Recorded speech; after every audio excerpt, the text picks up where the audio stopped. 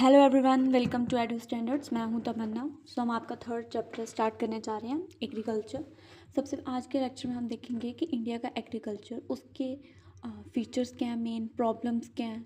ठीक है, आज हम ये डिस्कस करेंगे। सो agriculture in India first topic है हमारा। इसमें importance of Indian agriculture. Indian agriculture की क्या इंपॉर्टेंस है, क्यों ज़रूरी है एग्रीकल्चर करना। ओके, इसके बेसिक्स पॉइंट्स है। इकॉनमी बैकबोन, आप देखोगे इंडिया में ज़्यादा से ज़्यादा लोग जो हैं वो किस में इन्वॉल्व होते हैं, एग्रीकल्चर में इन्वॉल्व। खेती बाड़ी जो है वो ज़्यादा की जाती है। एग्रीकल्चर से जितना भी सेक्टर हमारे और हैं, जैसे हमारी फिशरी है, रेयरिंग है, उसके बाद हॉर्टिकल्चर है, सेरिकल्चर है, ये सब कुछ हम एग्रीकल्चर की अलाइड एक्टिविटीज़ में इंक्लूड करते हैं। तो ज़्यादा से ज़्यादा आपको पॉपुलेशन दिखेगी वो एग्रीकल्चर में इंक्लूड है। तो ज़्यादा से ज़्यादा लोग जॉब उस चीज़ में करते हैं और जीडीपी भी वहीं से आता है, लाइवलीहुड भी वहीं से आता है।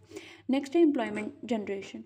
आप जितने भी रूरल एरियाज़ देखो, जो गांव के इलाके होते हैं हमारे, मोस्टली वहाँ पे जो भी एम्प्लॉयमेंट होती है वो एग्रीकल्चर की होती है। मतलब प्राइमरी सोर्स जो है जॉब्स का रूरल एरिया में वो क्या है, एग्रीकल्चर। एग्रीकल्चर में ही लोग काम करते हैं, चाहे उसके अलाइड सेक्टर्स हों, वुमेन्स हो, मैन हो, सब उसी चीज़ में इन्वॉल्व होते हैं। तो रूरल एरिया में जितना भी एम्प्लॉयमेंट जनरेशन होता है वो कौन करता है, एग्रीकल्चर करता है। नेक्स्ट है फूड सिक्योरिटी। इंडिया का एग्रीकल्चर प्रोमिनेंट है, अच्छा है। इसकी वजह से क्या है कि हमें खाना बाहर से नहीं मंगवाना पड़ता, या हमें फूड का जो है वो शॉर्टेज नहीं होता। फूड सिक्योरिटी एक पता है कि अगर इतना पॉपुलेशन है तो हम इतनी पॉपुलेशन को खिला सकते हैं। वो अलग बात है कि हमारा पॉपुलेशन एक बहुत ही फास्ट रेट से बढ़ रहा है, कि हमें फूड जो है उसकी सिक्योरिटी करना बहुत ज़रूरी है। इसलिए एग्रीकल्चर का इंपॉर्टेंस आप बोल सकते हो कि फूड सिक्योरिटी है। नेक्स्ट है रॉ मटेरियल सप्लाई।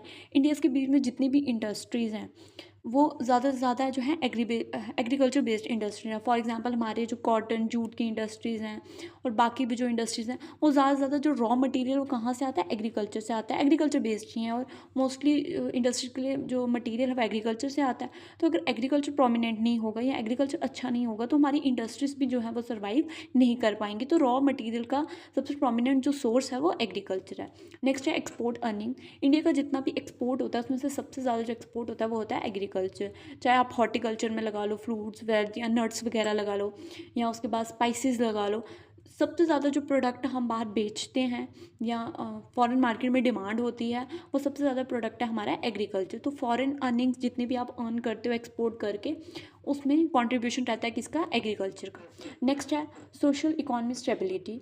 एक जो है एक स्टेबिलिटी देता है, मतलब सोशल और इकोनॉमिक जो कंडीशन है लोगों की उसको एक स्टेबल करता है, डेवलपमेंट को बूस्ट करता है और पॉवर्टी को रिड्यूस करता है। फॉर एग्जांपल अगर एग्रीकल्चर नहीं होगा तो लोगों के पास लिवलीहुड ही नहीं है ना, उनके पास ना ही कोई सोर्स है। इससे हमारा क्या है, रॉ मटेरियल भी नहीं आएगा। तो जब हम रॉ मटेरियल अच्छा दे रहे हैं, इकॉनमी बैकबोन है, एम्प्लॉयमेंट जनरेट हो रही है, फूड सिक्योरिटी है, ठीक है, एक्सपोर्ट्स आ रहे हैं, तो ऑटोमेटिकली आपकी डेवलपमेंट होगी, सोशली भी होगी और इकॉनमी भी होगी। ठीक है, नेक्स्ट टॉपिक है फीचर्स। इंडिया के एग्रीकल्चर के फीचर्स क्या है, कि आप देखोगे इंडिया मोस्टली किस तरीके का किया जाता है, क्या फीचर्स आपको मेनली दिखेंगे। हम कॉमन फीचर्स की बात करेंगे। फर्स्ट है मॉनसून डिपेंडेंसी। इंडिया जो भी एग्रीकल्चर करता है वो पूरा का पूरा किस पे डिपेंड होता है, मानसून पे डिपेंड होता है। मानसून किस तरीके का आएगा इस पे डिपेंड करता है कि एग्रीकल्चर होगा या नहीं होगा। तो पूरा का पूरा जो डिपेंडेंस है इरीगेशन के लिए वो किस पे डिपेंड है, मानसून पे डिपेंड है, क्योंकि इरीगेशन फैसिलिटीज़ जो है वो है नहीं। अगर आप फीचर्स देखो और प्रॉब्लम्स देखो, दोनों सेम है। जस्ट आप जब लिखोगे तो उसमें एक्सप्लेन करने के लिए थोड़ा सा डिफरेंस आ जाता है, अदरवाइज इसके जो प्रॉब्लम्स और फीचर्स हैं वो सेम है। ठीक है, मॉनसून डिपेंडेंस है। अगर आपको मैं यही पॉइंट प्रॉब्लम में बताऊं तो प्रॉब्लम में ऐसे है कि मॉनसून डिपेंडेंट है। अगर मॉनसून थोड़ा सा भी इधर उधर हो जाता है, फॉर एग्जांपल अगर बारिश बहुत ज़्यादा हो जाती है, मानसून थोड़ा सा लेट हो जाता है या मानसून थोड़ा सा अर्ली आ जाता है, तो क्रॉप्स ख़राब हो सकती हैं, ड्रॉट आ सकते हैं, फ्लड आ सकते हैं। तो इस तरीके का प्रॉब्लम आ सकता है। ठीक है, नेक्स्ट है small land holding. Small hand land holdings बोल सकते हो आप, या फ्रेगमेंटेशन लैंड पीस भी बोल सकते हो। इंडिया के जितने भी फार्मर्स हैं उनके पास क्या है, छोटा छोटा पार्ट है लैंड का। किसी के पास भी एक बहुत बड़ा वास्ट एरिया नहीं है जिस पे एग्रीकल्चर कर सके। छोटा छोटा वास्ट लैंड है। अब आप बोलो छोटे से एरियाज़ पे हम ट्रैक्टर भी नहीं चला सकते हैं, छोटे से एरिया पे हम मॉडर्न टेक्नोलॉजी को भी अप्लाई नहीं कर सकते हैं, क्रॉप पैटर्न्स को अप्लाई नहीं कर सकते हैं। तो ये एक प्रॉब्लम आ जाता है। और इंडिया का प्रोमिनेंट फीचर्स है कि आप जहाँ भी एग्रीकल्चर देखोगे रूरल एरियाज में, उनके पास छोटे छोटे एरियाज़ होते हैं, किसी के पास भी पूरा प्लॉट नहीं होता है। और जिनके पास प्लॉट होता है पूरा, वो भी क्या करते हैं, फिर रेंटिंग पे देते हैं आगे, है ना, फार्मर से काम कराते हैं। तो वो भी एक तरीके का डोमिनेंट होता है उनका, कि फार्मर्स जो है वो अच्छी अर्निंग नहीं कर पाते। तो एक जो स्मॉल लैंड होल्डिंग एक प्रॉब्लम भी है और एक फीचर भी है। नेक्स्ट है traditional methods. Okay, traditional method, India जो है ट्रेडिशनल मेथड यूज़ कर रहा है। आजकल की आप टेक्नोलॉजी देखो, आजकल हर तरीके की टेक्नोलॉजी आई है एग्रीकल्चर में। थ्रेशर्स आए हैं, उसके बाद ट्रैक्टर्स हैं, हाइब्रिड वैरायटी सीड्स आए हैं, इरिगेशन फैसिलिटीज़ आए हैं।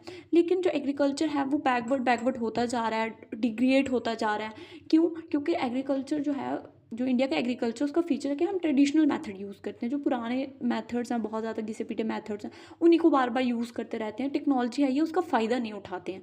ठीक है, इसकी वजह से क्या होता है, ट्रेडिशनल वे तो हमारा हो गया फीचर। अगर आप इसको प्रॉब्लम में देखो, अगर आप मॉडर्न टेक्नोलॉजी को यूज़ नहीं करो तो तुम्हारा आपका जो भी प्रोडक्शन है या जो प्रोडक्टिविटी है वो इंक्रीज़ नहीं होगी, और पॉपुलेशन का बहुत ही हाई रेट पे जो है वो इंक्रीज़ हो रहा है। तो हमें जो प्रोडक्शन है, फार्मिंग टेक्निक्स है, उसको अपग्रेड करने की ज़रूरत है। ठीक है, नेक्स्ट है डाइवर्स क्रॉपिंग। आपको दिखेगा इंडिया के बीच में हर तरीके की फार्मिंग क्रॉप को उगाया जाता है, चाहे वो बेसिक क्रॉप्स हों आपके, चाहे हॉर्टिकल्चर हो, चाहे कैश क्रॉप्स हों, चाहे हॉर्टिकल्चर है, फ्रूट्स हैं, वेजिटेबल्स हैं, उसके बाद इवन तम्बाकू, ओपियम भी जो है इंडिया में जो है प्रोड्यूस किया जाता है। ठीक है, वो हम ड्रग्स में यूज़ करते हैं, जो हमारी मेडिसिन होती हैं। तो every type of diverse crop जो आपको इंडिया में देखने को मिलेगी। और रीज़न क्या है? इसलिए क्योंकि आप देखोगे इंडिया के बीच में हर जगह जो क्लाइमेट होता है वो अलग होता है। कहीं पे बहुत सर्दी होगी, कहीं पे कोई, मतलब हर टेम्परेचर अपनी क्रॉप के लिए डोमिनेंट है। कोई जगह ऐसी है जहाँ पे, जैसे फॉर एग्जांपल कश्मीर में एप्पल बहुत आता है, और आप जम्मू में आ जाओगे तो मैंगो बहुत आता है। क्यों? टेम्परेचर का फ़र्क है, सॉइल्स का फ़र्क है। इसके लिए आपको इंडिया में हर टाइप की क्रॉप जो है, क्रॉपिंग जो है वो देखने को मिलती है। नेक्स्ट है dominant of food crops. Food crops आता है, इंडिया का पॉपुलेशन बहुत बड़ा है, आपको पता है ग्रीन रेवोल्यूशन आया था।